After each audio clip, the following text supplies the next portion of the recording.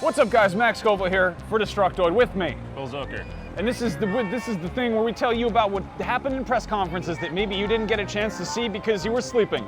And if you were sleeping this morning at 9 a.m., then you probably missed Nintendo's thing where they talked about a bunch of stuff. It wasn't a press conference, it was a digital event. Oh boy. Bill was actually asleep on the floor through most of this, so I was half asleep listening to I'm going to be covering the notes. The first thing they talked about was that they're doing a thing with the Mii's and the near-field communications thing that we've known about in the Wii U for ages, but we haven't seen any actual use of it.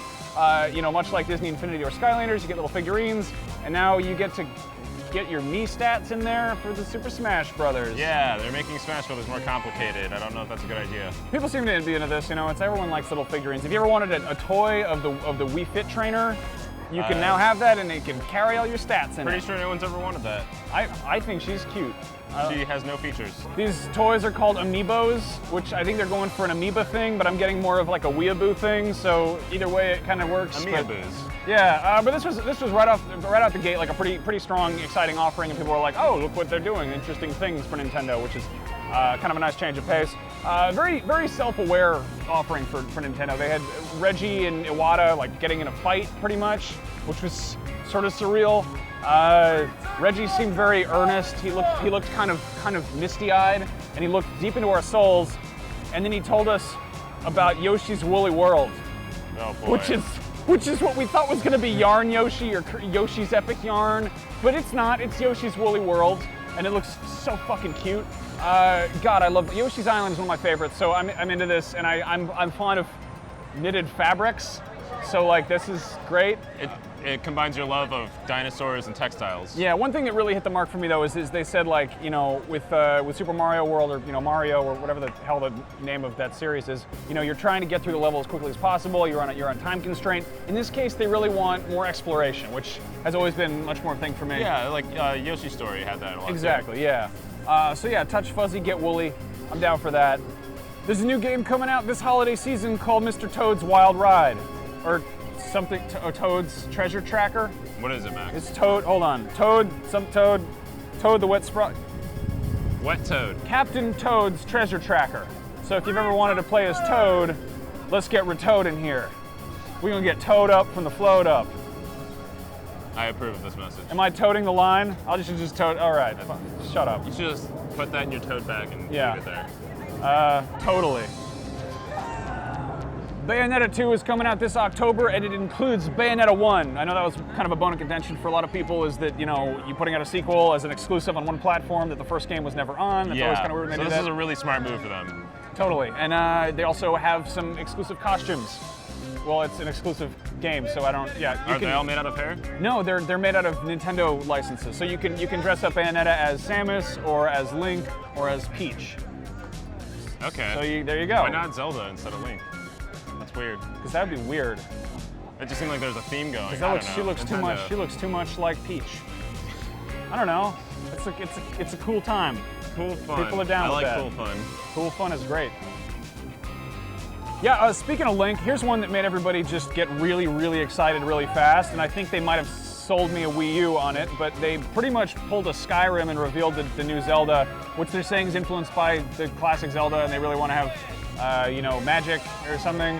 But the thing is, it's going to be open world. It's going to be open world Zelda. They showed this beautiful screenshot. They're like, yeah, here's Hyrule. You see that mountain there? You can climb it. Yeah. You can go find that mountain. And then they showed the new Link, who is wearing blue, oddly enough, and he's kind of got the cel-shaded look from Wind Waker crossed with kind of the adult Link from newer other games. I'm excited that they finally pulled the trigger on new big Zelda. Another game that got announced is Kirby and the Rainbow Curse, which is like Kirby's Epic Yarn, but it's like Kirby's cute clay. It's claymation Kirby. That's cool. Yeah. I don't know. If you ask me, I feel like that Kirby game's gonna suck. He was making a Kirby joke. Kirby your enthusiasm. Fuck you, Bill. Damn it.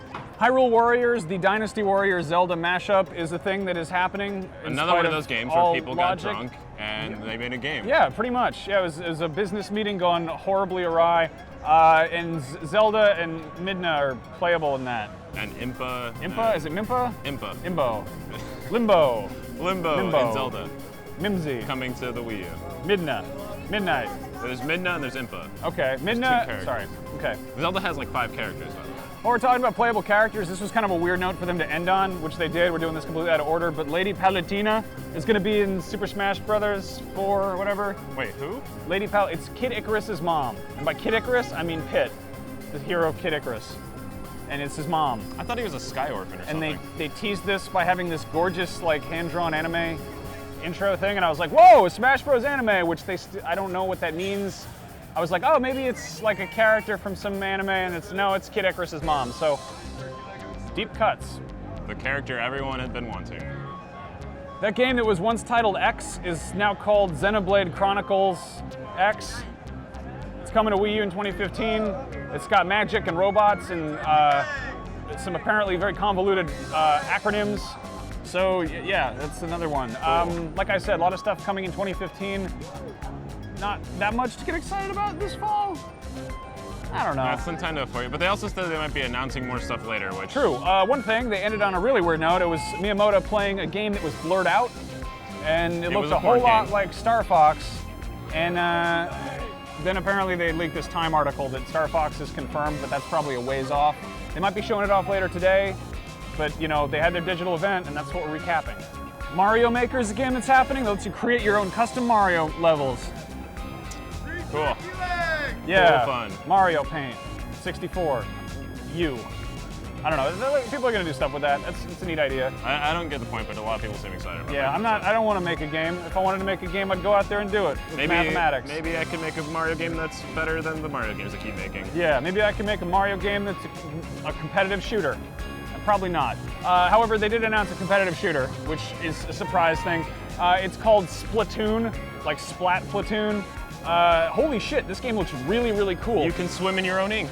Yeah, if you crossed the paint parts of Portal 2, or maybe Super Mario Sunshine with like a competitive third-person shooter where you're competing over a map, that's kind of it, except instead of shooting your friends, you're trying to paint the entire level your color. And you're squids. You're squids. So you're getting ink everywhere. So I think that this kind of fills a niche that some people really want, which is a competitive shooter that's not super violent and gory and military and it's like probably fun. It's a competitive shooter.